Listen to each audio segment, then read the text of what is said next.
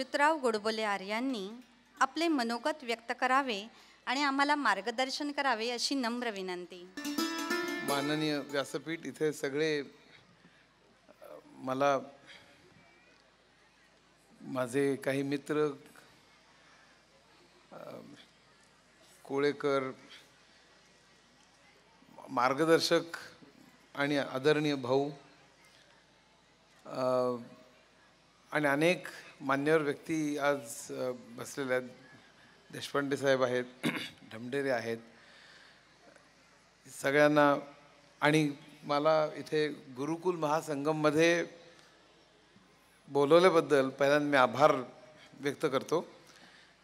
आनंदाची बातमी म्हणजे मी फार वेळ घेणार नाही आहे, कारण आपल्या सगळ्यांना मला वाटतं खूप उशीर झाला आहे, उकडतं आहे. आणि एक 10-15 मिनटात मला काय सांगायचं आहे ते सांगणार आहे.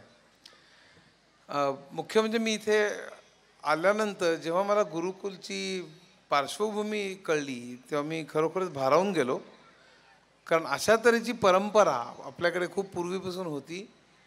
आणि एकंदरीतच शिक्षणामध्ये शिक्षणाच्या बरोबर फक्त परीक्षेकरता पास होणं ह्याच्याबरोबरच इतर सगळं म्हणजे व्यक्तिमत्व आपलं कसं वाढीला लागावं याच्या संदर्भात जे काही प्रयत्न चालू आहेत ते मला वाटतं अतिशय महत्त्वाचे आहेत. आजच्या काळात तर आणखीनच महत्त्वाचे आहेत, का आज माणसाची किंमत भाऊंनी सांगितलं त्याप्रमाणे फक्त बंगले किती आहेत आणि गाड्या किती आहेत आणि पैसा किती आहे आणि प्रतिष्ठा किती आहे याच्यावर जी ठरती आहे त्याच्यापेक्षा वेगळं आपण काहीतरी करावं, सर्वसामान्य लोकांकरता काहीतरी करावं, फक्त स्वतःकरता जगू नये आणि काहीतरी आगळं वेगळं करून दाखवावं असा जो विचार आहे त्याची बीजं पेरणारं असं शिक्षण जर का इथे दिलं जात असेल तर मला वाटतं ते अतिशय मोठी गोष्ट आहे, फार महत्त्वाची गोष्ट आहे.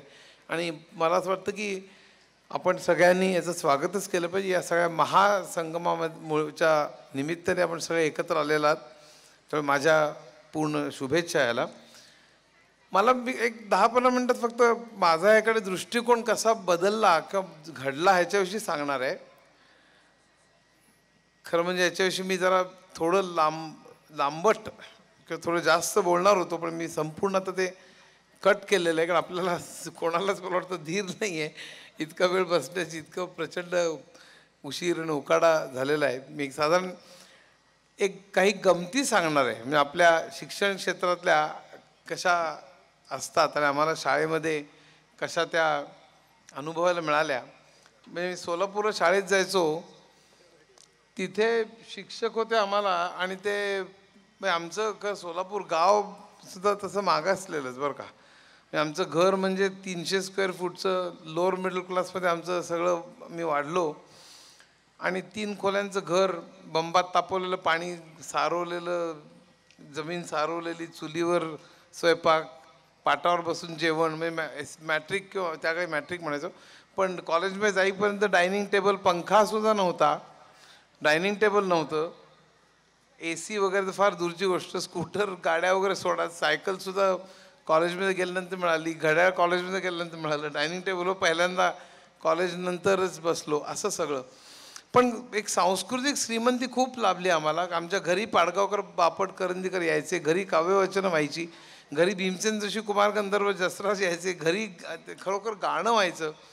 आणि अशा सगळ्या वातावरणात गेल्यामुळे एक म्हणजे गुरुकुल आणि मला जे जिव्हाळा जाणवला तो असा की या कला म्हणजे विज्ञान आणि तंत्रज्ञान म्हणजेच काहीतरी सगळं आहे, हे जे आज मुलांमध्ये सगळं ठसवलं जातं आहे की तू काय होणार पुढे बाबा, तर मी बटन दाबणार आणि काहीतरी कम्प्युटरमधलं काहीतरी होणार किंवा नासामध्ये जाणार किंवा अमुक करणार. नुसतं विज्ञान आणि तंत्रज्ञानामध्येच आपलं ध्येय असतं. कोणी असं म्हणत नाही की मी गायक होईन, मी चित्रकार होईन, मी लेखक होईन, असं कोणी पहिल्यापासून म्हणत नाही. आपल्याकडे मी पहिल्यांदा इंजिनियर हो, नाही तर डॉक्टर हो, नाही झालं तर मग CA हो, नाही झालं तर ICW हो, नाही झालं तर मग असं काय काय अशी बरीच लांबलचक यादी असते. आणि ते सगळं झालं नाही तर मग MCA हो, अमुक हो, तमुक हो, आणि सगळं हेही नाही झालं तर मग गाणं शिक. म्हणजे गाणं म्हणजे जसं काय टाईमपास आहे.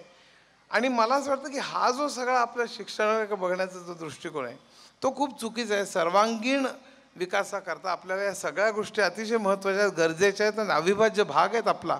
हे इथे मला वाटतं आपल्या मनावर बिंबवलं जातं. त्याचबरोबर माणुसकी आणि इतर मूल्य ही पण जपली जातात, म्हणून मला त्याचं फार महत्त्व वाटतं. ती मूल्य आमच्या लहानपणी आमच्या समोरच घडत होती आणि त्या सगळ्या कलाकारांचा मला सहवास लाभला.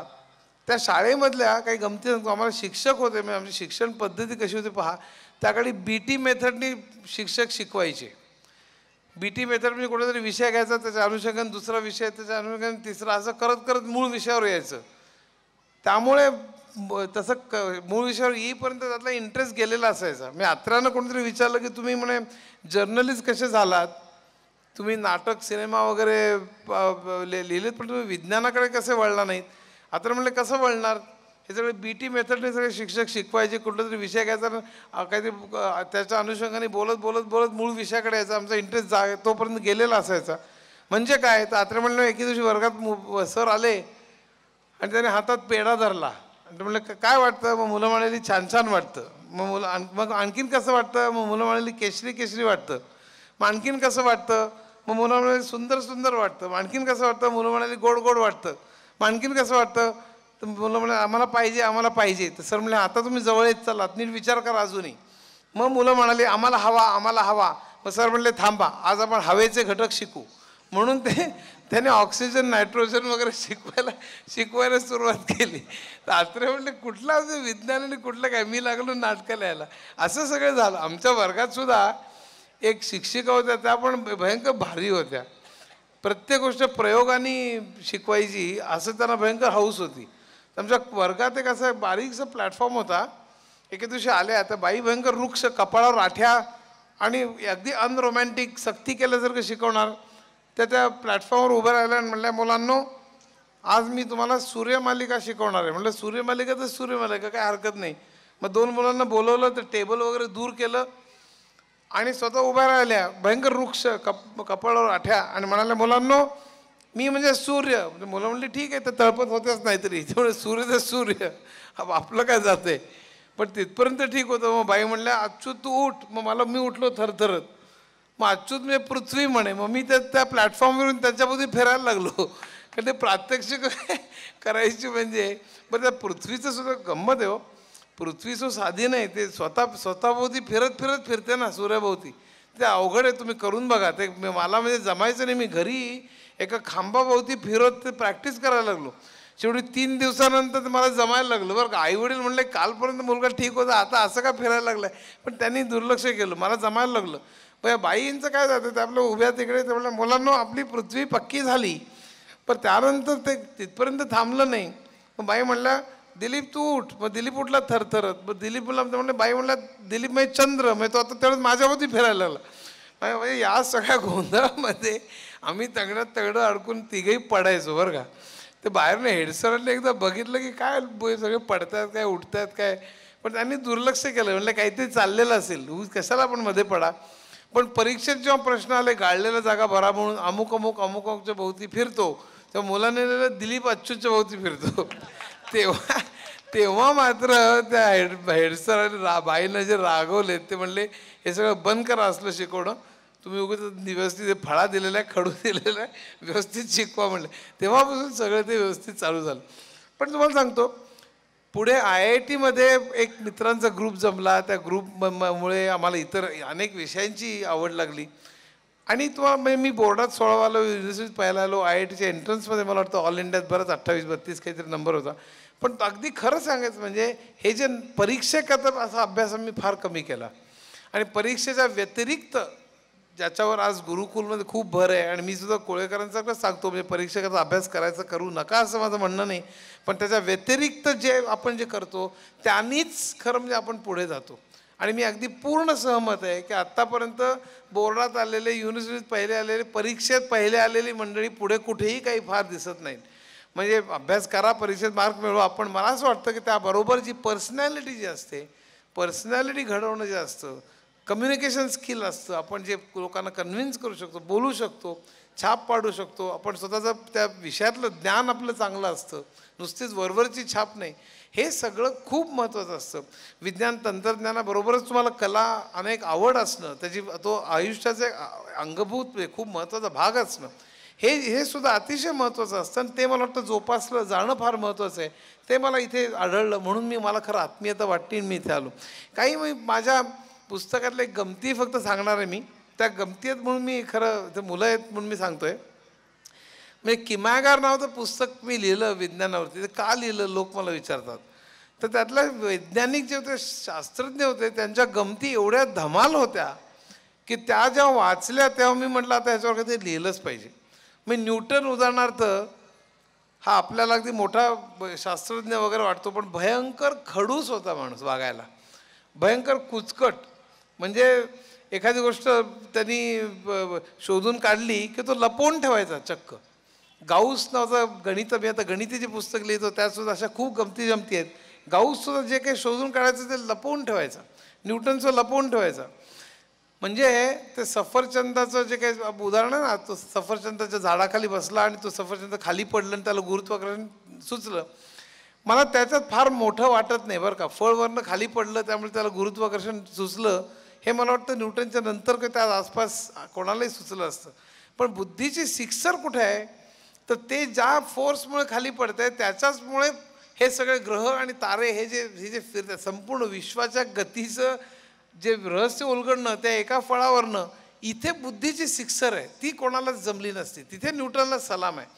पण एक लक्षात ठेवा त्यांनी गतीचे जे नियम त्या ग्रह कसे फिरतात सूर्यमालिकेमधले हे त्याला शोधता शोधता त्यांनी जाता जाता बाय प्रॉडक्ट म्हणून आपण जसं जाता जाता एखादी गोष्ट हे करतो ना तशी जाता जाता बाय प्रॉडक्ट म्हणून कॅल्क्युलस शोधून काढलं. म्हणजे त्या ज्या कॅल्क्युलसवर सगळे इंजिनिअरिंग आज उभं आहे त्याचं जाता जाता शोधून काढलं. ते ग्रह कसे फिरतात ते नियम शोधण्याकरता. आणि ते शोधल्यानंतर त्यांनी ते चक्क कागद ड्रॉवरमध्ये लपवून ठेवले पुढचे 15 वर्ष. आणि त्याला फार मजा वाटायची की आपल्याला कळलेलं आहे सगळं कसं फिरतायत काय वगैरे मस्त जगाला बसू ते बोंबलत आपल्याला काय करायचं आहे. त्यामुळे तो नुसतं रस्त्यानं जाताना छानपैकी बघत जायचं. आपल्याला माहिती आहे लोकांना माहीत नाही असं. आणि त्याचे आणि रॉबर्ट हुक नावाच्या शास्त्रज्ञाचे सारखे वाद व्हायचे. न्यूटनने कुठे शोध लावला की हुक म्हणायचं मी पहिल्यांदा लावलेला की हुकने लावला की न्यूटन म्हणायचं मी पहिल्यांदा लावला. त्यांच्यात खूप मारामारी व्हायची.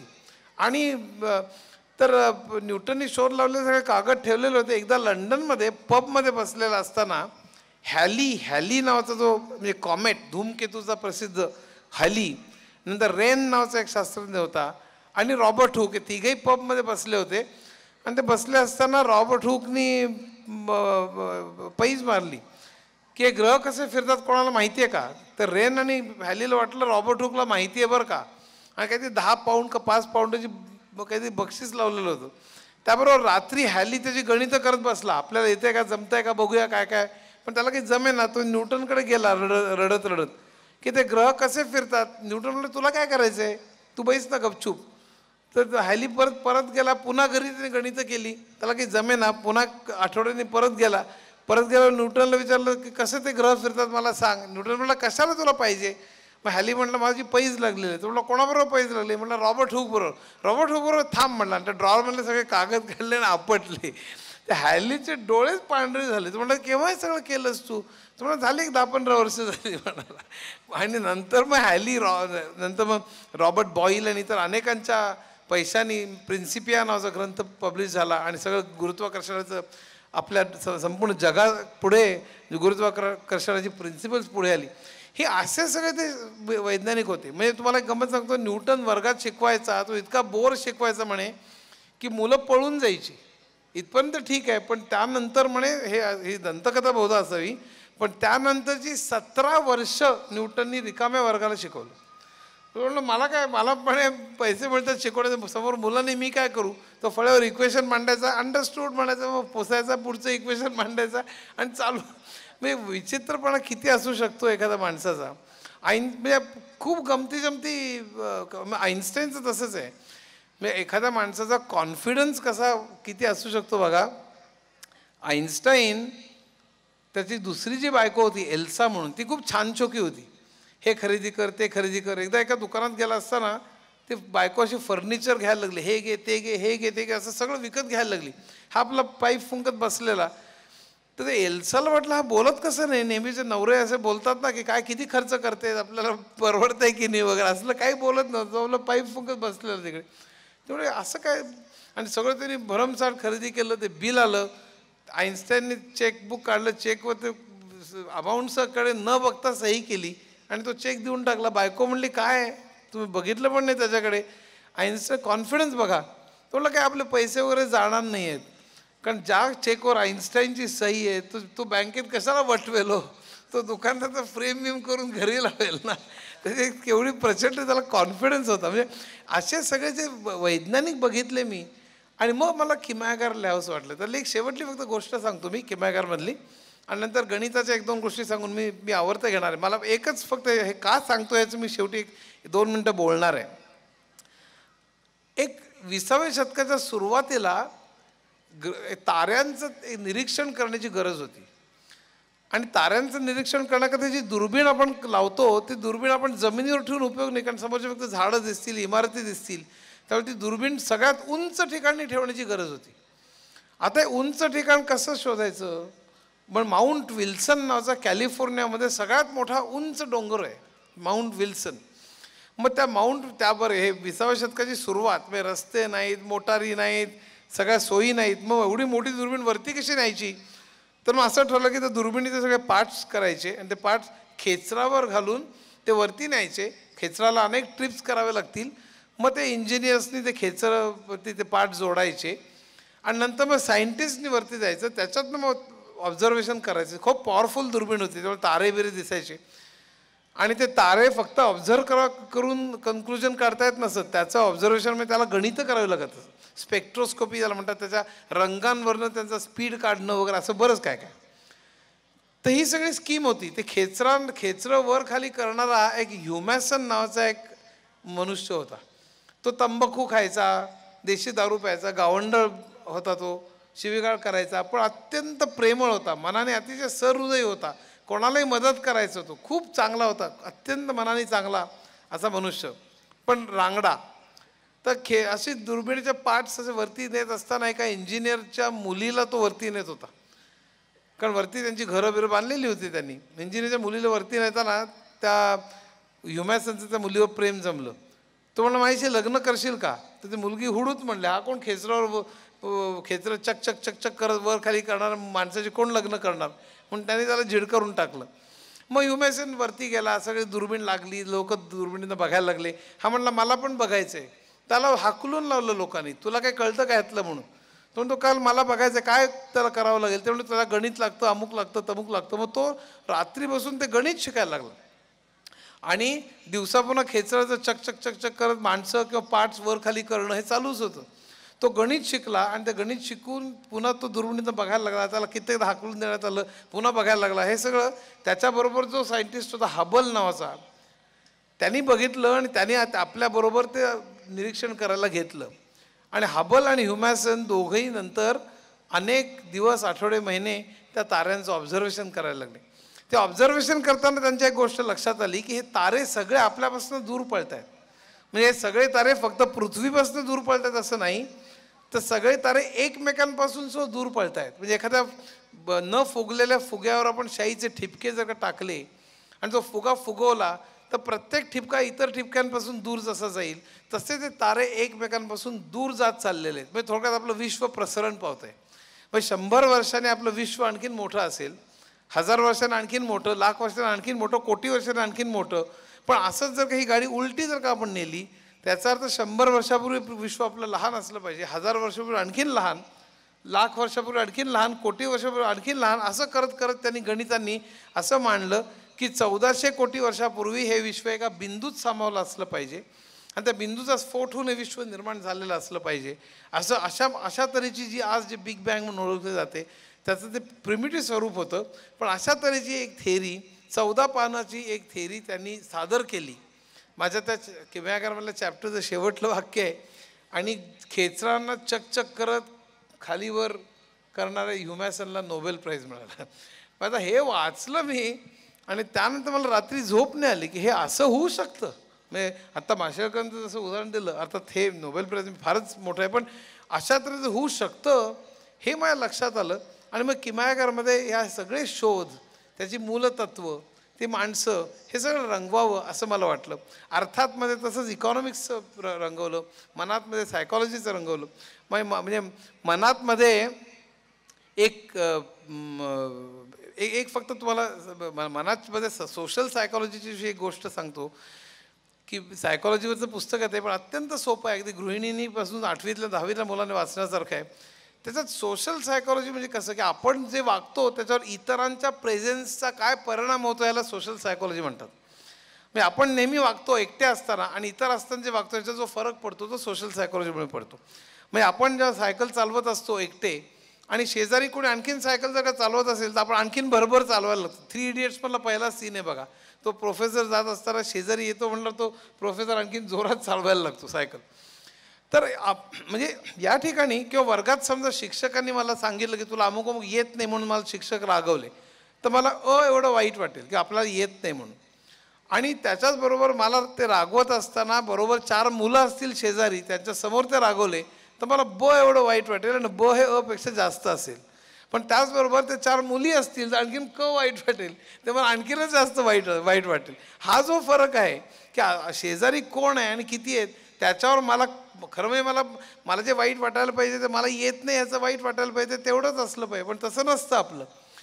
त्याच्याविषयी एक अतिशय विचित्र अशी घटना घडली. ती म्हणजे अशी की काही दशकांपूर्वी न्यूयॉर्कमध्ये क्वीन्समध्ये एक बाई आपलं हॉटेल बंद करून हॉटेलमध्ये काम करायची, दरवाजे लावून वगैरे 12च्या सुमाराला ती परत येत होती. एका बागेमध्ये ती येत असताना एक मारेकरी आला आणि त्या मारेकऱ्यांनी तिला भोसकलं. ते भोसकल्याबरोबर ती किंचाळली आणि क्वीन्समधल्या तिथल्या राहणाऱ्या लोकांनी 40 लोकांनी खिडक्या उघडल्या आपल्या आणि वरनं ते बघायला लागले आणि ते बघत होते की ती बाई किंचाळते, विवळत पडली, रक्तबंबाळ झालेली आहे. तो मारेकरी गेला, त्या मारेकऱ्यांनी तो पुन्हा आला 10 मिनिटांनी, त्यांनी पुन्हा भोसकलं, ती पुन्हा किंचाळली आणि तरी त्यातलं कोणीही मदतीला धावलं नाही. पुन्हा 10 मिनिटांनी तो परत आला, त्यांनी भोसकलं, शेवटी ती बाई मेली. मग हळूहळू ही सगळी मंडळी परत आली आणि मग त्यांनी चौकशी केली, मग पोलिसांना बोलवलं वगैरे. ही बातमी दुसऱ्या दिवशी न्यूयॉर्क टाइम्सच्या मथळ्यावर झळकली की असं झालं, 40 लोक बघत होते पण कोणी मदतच केली नाही, हे कसं झालं. आणि ते झाल्यानंतर अमेरिकेमध्ये संबंध चर्चांना ऊत की आपली संस्कृती कुठे गेली, आपली मूल्य कुठे गेले, समोर खून होताना बघितलं पण कोणी मदतीला पुढे धावलं नाही, हे कसं झालं. ह्या 40 लोकांना समोर आणा, त्यांना झोडलं पाहिजे, त्यांच्यावर खटले भरा. आपल्या टी व्हीवर जसे रोज चॅनेलवरती येऊन लोक काय बोलत असतात तसं तिकडे पण वर्तमानपत्रात आणि चॅनेलवरती सगळ्या चर्चा चालू झाल्या.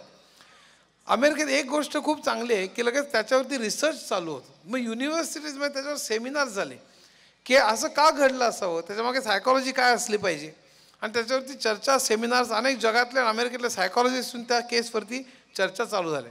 त्यातल्या एका सेमिनारमध्ये, तो सगळा सेमिनार दिवसभर चाललेला होता, रात्रीची वेळ होती, त्या हॉटेलमध्ये 2 सायकॉलॉजिस्ट बसले होते आणि रात्रभर चर्चा करत होते. पहाटेच्या वेळेला एकाला एक ब्रेनवेव्ह आली की 40 लोक असून सुद्धा, 40 लोकांनी बघून सुद्धा कोणी मदतीला धावलं नाही, असं नसून 40 लोक होते म्हणूनच कोणी मदतीला धावलं नाही असं तर नसेल. किती बारीक फरक आहे बघा. आणि मग अमेरिकेत चिकार युनिव्हर्सिटीजमध्ये शेकडो प्रयोग करण्यात आले. ते प्रयोग किती गंमतशीर होते बघा. बागेत जायचं आणि आपण एकटं बसून राहायचं, कोणी एक मनुष्य आला की आपण बेशुद्ध पडल्याचं सोंग करायचं, तो मनुष्य मदतीला धावतो की नाही बघायचं. बागेत 2 माणसं असताना तेच करायचं, 4 असताना तेच करायचं, 10 असताना तेच करायचं, 20 असताना तेच करायचं.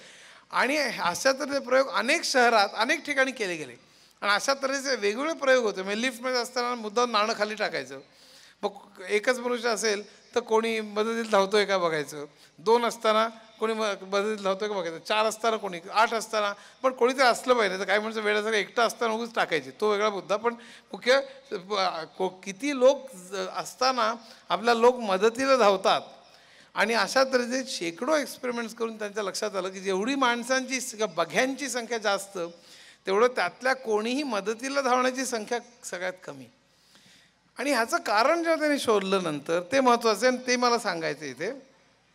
त्याचं कारण ज्या अर्थी 39 इतर लोक मदत करत नाही आहेत त्यात मी 40वा मदतीला धावणं बरोबर आहे की नाही हे प्रत्येकाच्या मनात येत असतं. म्हणजे आपण इतरांच्या वागणुकीवरून आपली वागणूक ठरवत असतो. आपण सुद्धा कित्येक इथे पेरेंट्स आणि शिक्षकांना मला सांगावंसं वाटतं, अगदी लहानपणी कित्येक घरांमध्ये बघितलंय, तुला तुला कोणी चोमड्यासारखं वागायला सांगितलं होतं, पुढे पुढे करायला सांगितलं होतं. आणि मला असं वाटतं हा वाक्प्रचार निदान आजच्या दिवसानंतर सगळ्या पेरेंट्स आणि शिक्षकांनी नक्की टाळावा. ह्याचं कारण असं, जर का मुलगा आगीतच जात असेल किंवा 15व्या मजल्यावरून उडी मारत असेल तर थांबवणं आपलं कर्तव्य आहे.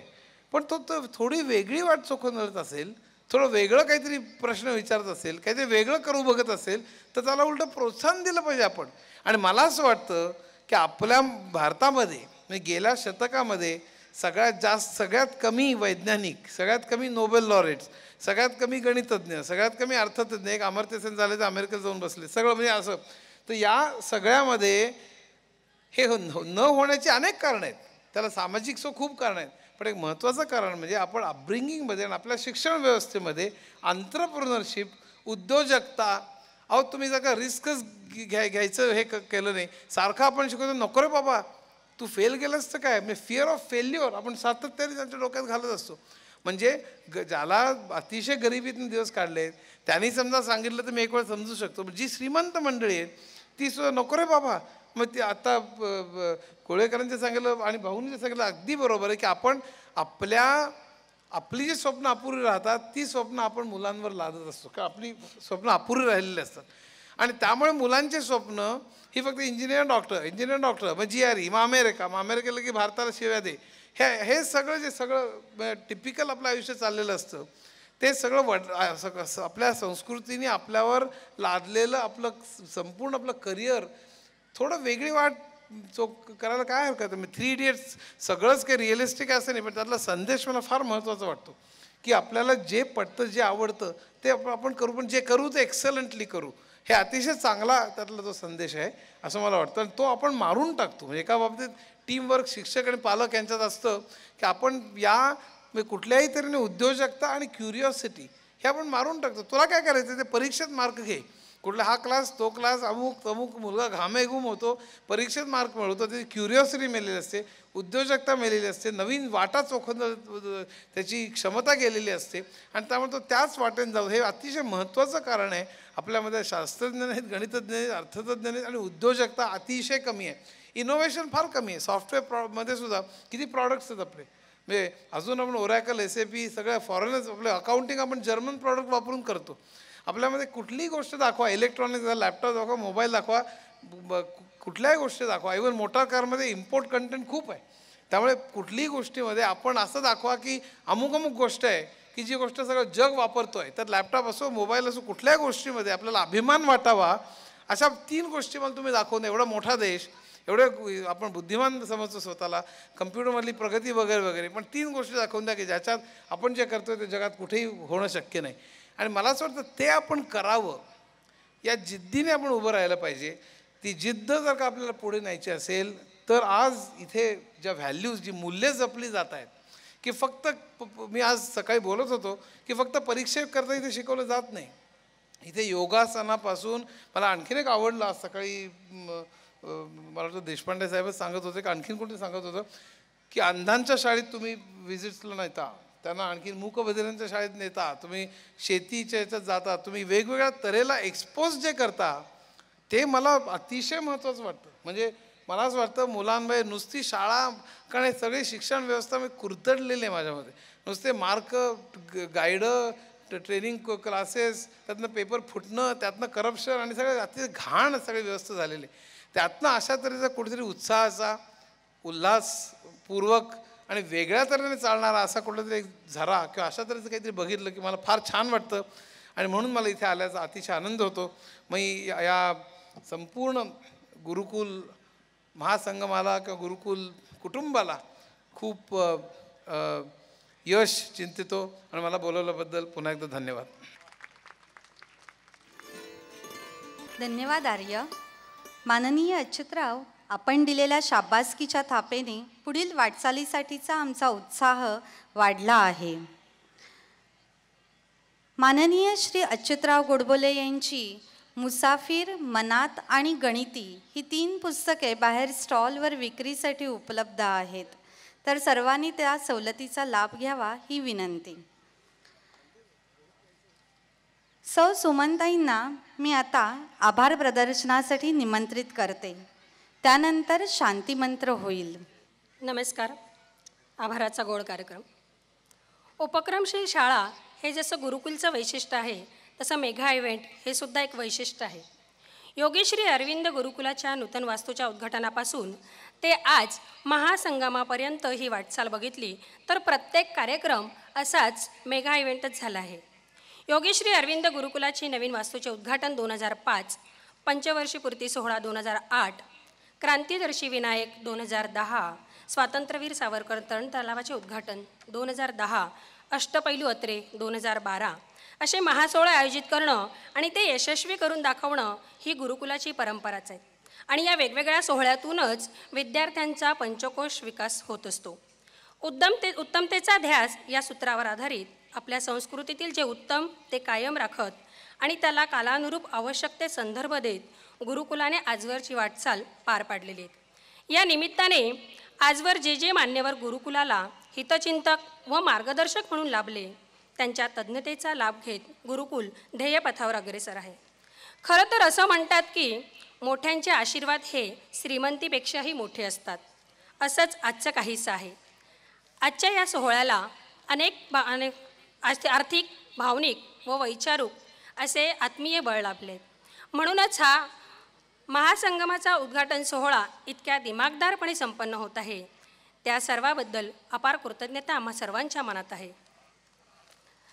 आजचे प्रमुख पाहुणे माननीय श्री सुरेशजी हावरे, व्यवस्थापकीय संचालक हावरे बिल्डर्स मुंबई. सुरेशजी हे आमच्या गुरुकुलाशी यांचं एक अतूट नातं जोडलेलं आहे. ते आम्हाला आमच्या गुरुकुलातीलच एक वाटतात. ते प्रत्येक कार्यक्रमाला येतात, विद्यार्थ्यांशी नेहमीच संवाद साधत असतात. या दशपूर्ती सोहळ्यानिमित्त त्यांनी आपल्याला मार्गदर्शन केलेत. त्यात ते म्हणतात, आजच्या युगात ही पंचकोश विकसित शिक्षण प्रणाली म्हणजेच 12 तास गुरुकुल, यात पालक, शिक्षक, विद्यार्थी यांत घट्ट नातं तयार केलं जातं. 21व्या शतकात विद्यार्थ्याच्या ज्ञानाच्या कक्षा फार रुंदावलेल्या आहेत. तरी देखील पालकांनी अभ्यासाबरोबरच त्यांचे इतर कलागुण अभ्यासावे. विद्यार्थी समाजात चमकण्यासाठी विद्यार्थ्यांना आतापासूनच मोठ्या व्यक्तींचे लहानपण वाचायला द्यावे. त्याचबरोबर थॉमस एडिसनचे आणि इतर वैज्ञानिकांचेही त्यांनी बरीचशी उदाहरणं आपल्याला मार्गदर्शनात दिली. या जागृती शिक्षण प्रसारक मंडळातर्फे सर्व पदाधिकारी व योगेश्री अरविंद गुरुकुलाच्या परिवारातर्फे त्यांचे हार्दिक आभार. त्यानंतर आजचे उत्सव मूर्ती माननीय वामनराव भाऊ अभ्यंकर, पंचकोश विकसन शिक्षण प्रणालीचे प्रणेते, निगडी. भाऊ शिक्षण क्षेत्रातील ऋषितुल्य व्यक्तिमत्व आहे. आम्हा ते सर्वांना गुरुकुलाचे प्रेरणास्थान आहे. भाऊंनी गुरुकुलातील आढावा घेऊ व त्यातील सर्वांना शिक्षणाची विचार देवाणघेवाण करूया असे सांगितले. आपण शासन निर्णय स्वीकारतोच आहे, तरी देखील आपल्याला उत्तरोत्तर प्रगती करण्यासाठी पेशन्स असणं गरजेचं आहे. शिक्षणाचा मूळ उद्देश कोणता? माणसाचा विकास असा की जो देशाचं जडणघडण करेल. त्यात काही उत्तम शेती करणारे असतील, काही उत्तम नागरिक असतील. व्यक्ती कोणताच निरुपयोगी नसतो. प्रत्येकाचा दृष्टिकोन वेगळा असतो. प्रत्येकाकडे उत्तम आरोग्य, इतरांना मदत करणं, योग्य अयोग्य त्याची निवड, नंतर विनम्रता, घडवलेल्यांविषयीची कृतज्ञता असणं गरजेचं आहे.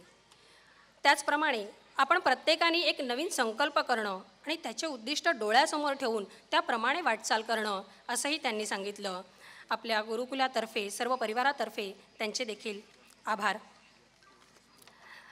आजचे पाहुणे माननीय श्री विजयजी कुवळेकर सर, माजी माहिती आयुक्त व मुख्य संपादक, लोकमत वृत्तपत्र, पुणे.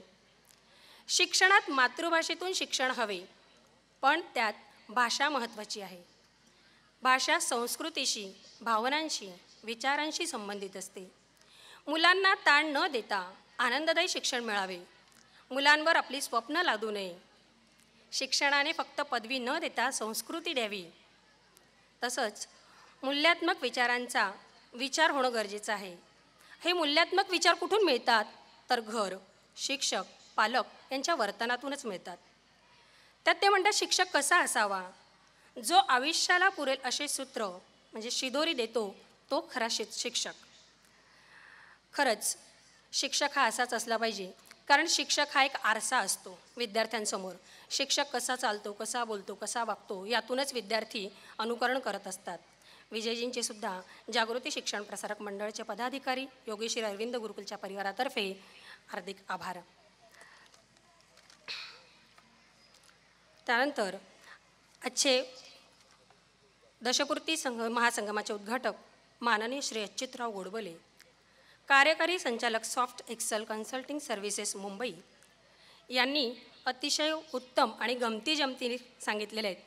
त्या काळातील त्यांनी त्यांच्या काळातलं थोडंसं वक्तव्य आधी केलं की त्यांच्या काळातील भौतिक सुविधा त्यांना मिळाल्या नाही, पण उत्तम संस्कृती मात्र मिळाली. जीवनाचा दृष्टिकोन कसा बदलत गेला ते सुद्धा त्यांनी अतिशय उत्कृष्टपणे आपल्यापुढे मांडलेला आहे. अभ्यास हा परीक्षक म्हणून केला नाही तर इतर गोष्टींचा म्हणजे सर्वांगाने अभ्यास केला. त्यात त्यांनी एडिसन, न्यूटन, थॉमस यासारख्या शास्त्रज्ञांविषयी देखील छान मनोरंजनात्मक माहिती दिली. खरंच हसत खेळत आपण जे म्हणतो तशा प्रकारे मार्गदर्शन केलं गेलं. त्यात त्यांनी भूगोल, विज्ञान, गणित, कला, मानसशास्त्र यासारख्या सर्व विषयांचा उत्तम असा विचार आपल्यापुढे मांडला आणि सगळ्यांना तो अतिशय उत्कृष्ट असा मार्गदर्शक ठरेल असं मला वाटतं. यांचेसुद्धा आपल्या गुरुकुलातर्फे जागृती शिक्षण प्रसारक मंडळाच्या पदाधिकाऱ्यांतर्फे हार्दिक हार्दिक आभार. एवढ्या मोठ्या सोहळ्याला जे आगळं वेगळं असं रूप मिळालं, एवढ्या मोठ्या संख्येने आलेल्या गुरुकुलाचे संचालक, विद्यार्थी, शिक्षक, पालक यामुळेच आपल्याला जे आज महासोहळ्याचं जे रंगरूप बघायला मिळतं आहे, एवढ्या मोठ्या प्रमाणामध्ये त्यांचे देखील आभार. समर्थ आहे चळवळीचे जो जो करील तयांचे, परंतु तेथे भगवंताचे अधिष्ठान पाहिजे अशा या जगज्नियंतेचे परमेश्वराचेही आभार. आणि अशा प्रकारे सर्व आलेल्या मंडळींचे, शिक्षण मंडळ संचालक, शिक्षक, विद्यार्थी, चुकून राहिलेल्यांचे सुद्धा माझ्याकडून आभार आणि आमच्या जागृती शिक्षण प्रसारक मंडळाच्या परिवारातर्फे सुद्धा आभार. धन्यवाद.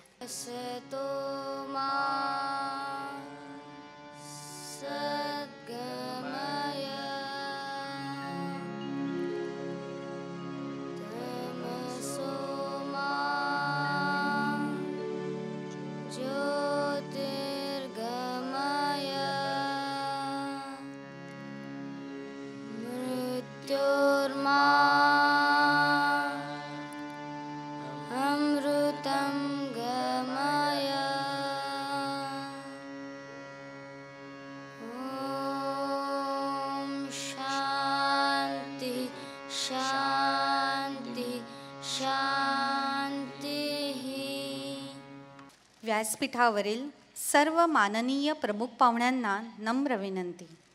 त्यांनी पंचकोश विकसनावर आधारित प्रदर्शनीचे उद्घाटन करण्यासाठी प्रस्थान करावे.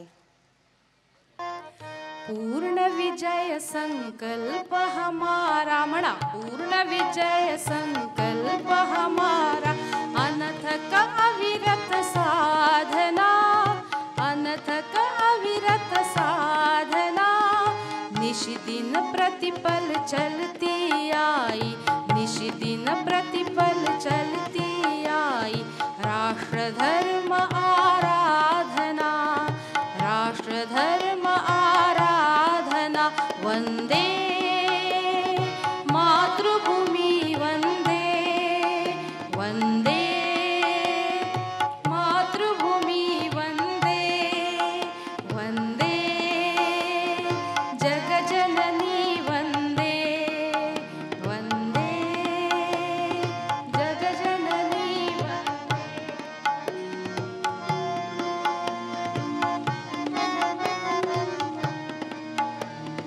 पुण्य पुरातन देश हमारा, मानवता आदर्श रहा, पुण्य पुरातन देश हमारा, मानवता आदर्श रहा, संस्कृति का पावन मंगल स्वर कोटि कंठों से नित्य बहा, संस्कृति का पावन मंगल स्वर कोटि कंठों से नित्य बहा, सकल विश्व का मंगल करने, सकल विश्व का मंगल करने, सर्वस्वार्पण प्रेरणा,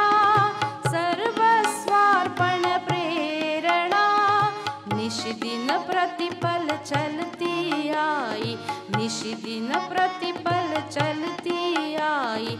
राष्ट्र धर्म आराधना, राष्ट्र धर्म आराधना, वंदे मातृभूमि वंदे, वंदे मातृभूमि वंदे, वंदे जगजननी वंदे, वंदे जगजननी वंदे।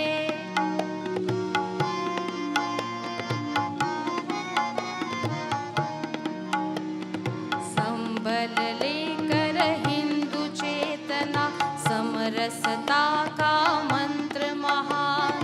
संबल लेकर हिंदू चेतना, समरसता का मंत्र महान। अतीत की गौरव गाथा का पथदर्शक प्रेरक आभार। अतीत का गौरव गाथा का पथदर्शक प्रेरक आभार। भविष्य का पथ उज्ज्वल करने, भविष्य का पथ उज्ज्वल करने, शक्ति संचयन साधना, शक्ति संचयन साधना। निश दिन प्रतिपल चलती आई, निश दिन प्रतिपल चलती आई।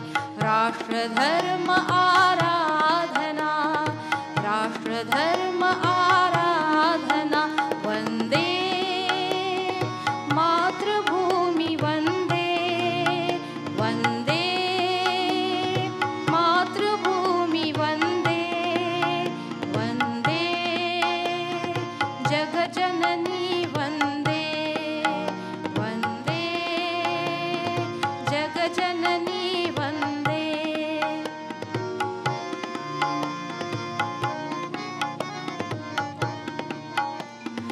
मातृभूमि आराध्य हमारी, राष्ट्र भक्ति है प्रेरणा। मातृभूमि आराध्य हमारी, राष्ट्र भक्ति है प्रेरणा।